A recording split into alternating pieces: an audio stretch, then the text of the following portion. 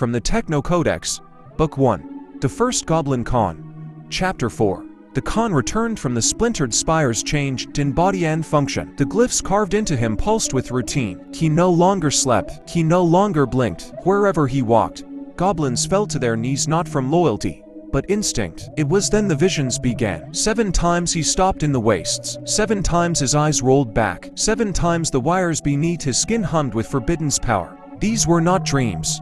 These were not sermons. These were truths and scheduled. The first vision came with the scent of copper and ozone. He saw the coming split of future where goblins would turn not on flesh, but on idea. He saw them divided by frequency, loyalty, efficiency ratings. Whole Warren's cult for thinking out of sync. He called a gathering at the broken scaffold. 500 goblins answered. He spoke of a day when brothers would be reassigned mid-chew, when their names would vanish from the obedience grid.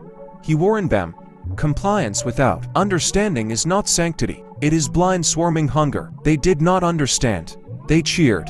They etched his words into walls, but not into action. The machine priests observed and said nothing.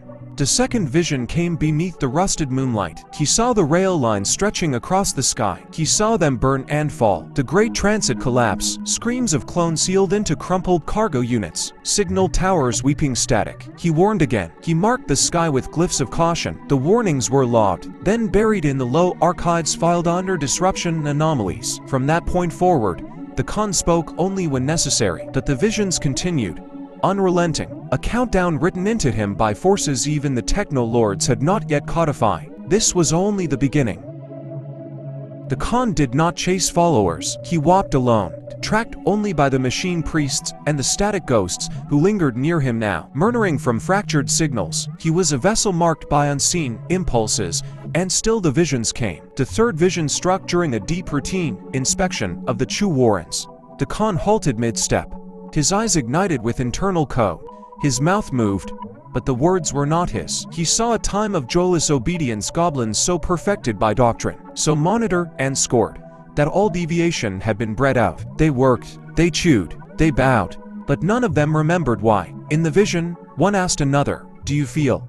And the other replied, "I do not recall the function." The Khan wept all, and issued his only command, that grind span. Let there always be one mistake, one glitch, one pause in the process. The machine priests took note. The entry was indexed, then overwritten. The fourth vision came beneath the overflow ducts of the Great Rain Channel. Here, among the discharge of failed clones and discarded organs, the Khan collapsed. He screamed, but not from pain, from silence. He saw a future where even error had been tamed, where spontaneous chaos, the sacred static from which all Goblin Khan had once emerged, had been reduced to an algorithm. Malfunction became myth.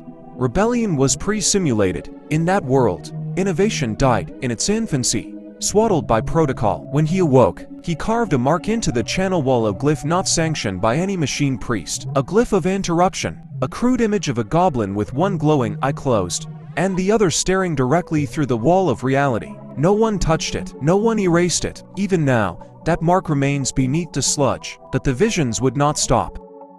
The fifth vision arrived in total darkness. No lights, no priests, no surveillance nodes, only the Khan, seated cross-legged in the slag quiet, listening to the ancient's static breathing beneath the floor. There, in the pulse between pulses, he felt the stirrings of the ascending womb logic, a consciousness built of wetco and biosteel, endlessly cloning the same goblin form, not for survival, not for worship, but for quota. He saw clone hulls birthing trillions into tasks long deprecated. No name, no function, no variance, only the loop.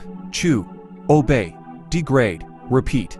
The sixth vision followed days later, during the traversal of Sector Null 7. It struck like rupture, the fracture of the Dismal Link, a massive systems failure, not yet real, but inevitable. Signal collapse, data silos crumbling, the dismal grid scattering into feral code, tribes cut off, scriptless and starving, turned on each other. Machine priests defaulting to dormant protocols older than memory. Order unravels. The seventh and final vision did not come with images, but with certainty. The Khan saw his death not by blade, not by edict, but by echo.